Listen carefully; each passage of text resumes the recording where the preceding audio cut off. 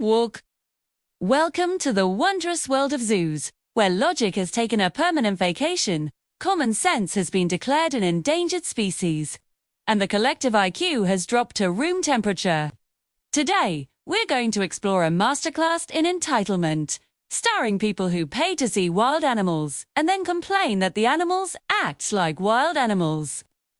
I swear to you, I'm not making any of this up. Once, the lion is sleeping. Or first genius visited the zoo expecting a live National Geographic episode, but it turns out lions sleep between 16 and 20 hours a day. Their official complaint: I paid for entry, and the lion is just lying there doing nothing. I demand a refund. The employee, with the patience of a saint, tried to explain basic biology, while this visionary insisted. Well, wake it up. Right, because disturbing a 400-pound predator is exactly what we do for entertainment. Peak ignorance. 2. The giraffes didn't come over to say hello to me.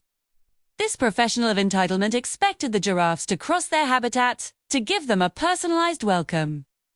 Words. When it didn't happen, they wrote a 1-star review. Unfriendly animals. Very bad attitude. Imagine the level of confidence required to believe that animals exist to serve you. The giraffe, of course, continued to be a giraffe, completely oblivious to this human existential crisis. 3. The monkeys are doing inappropriate things. Attagnant. Parent demanded to speak to the manager because the primates were ... reproducing. My children are present. They shouted, as if the animals had consulted the school visit calendar. The employee, with the pale face of someone who knows they're facing a losing battle, slowly explained, as if talking to a small child, that animals don't understand age-appropriate content. 4. Why isn't there Wi-Fi in the elephant habitat? This complaint is so absurd, I had to read it 3 times. Someone, a voting adult human, complained that they couldn't upload their selfies with elephants in the background because the signal was weak. They should install routers, they suggested. Because of course, what pachyderms really need is electromagnetic radiation and an unlimited data plan. 5. The polar bear looks sad. Next expert in animal psychology decided the polar bear was depressed. Not because of legitimate captivity, that would be a valid concern, but because it didn't smile when I took a picture of it. They were told that bears don't smile. Des response: well, they should hire happier bears. Delusional is an understatement. 6. Why do the penguins smell bad? A masterclass in unrealistic expectations. The penguins should smell like lavender or something pleasant. Because, yes, we all know that seabirds that eat fish and live in colonies give off a luxury spa aroma. The employee visibly struggled not to laugh while explaining the concept of nature. 7. I demand you feed the crocodile now. This genius arrived at the wrong time and demanded they alter the reptile feeding schedule for their personal convenience.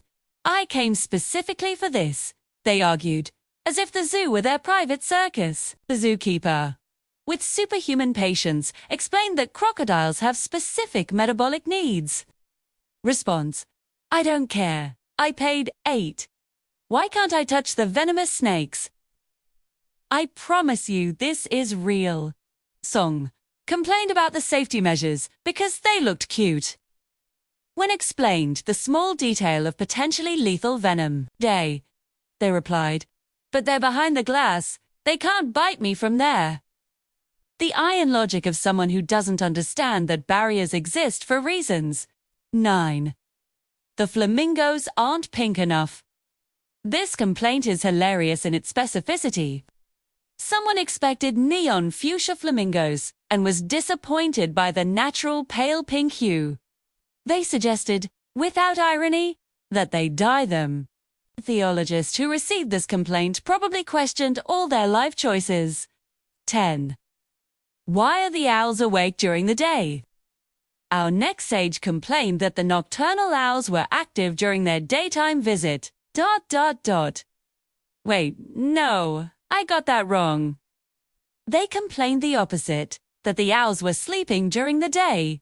I paid to see them fly. They cried, completely ignoring the concept of nocturno.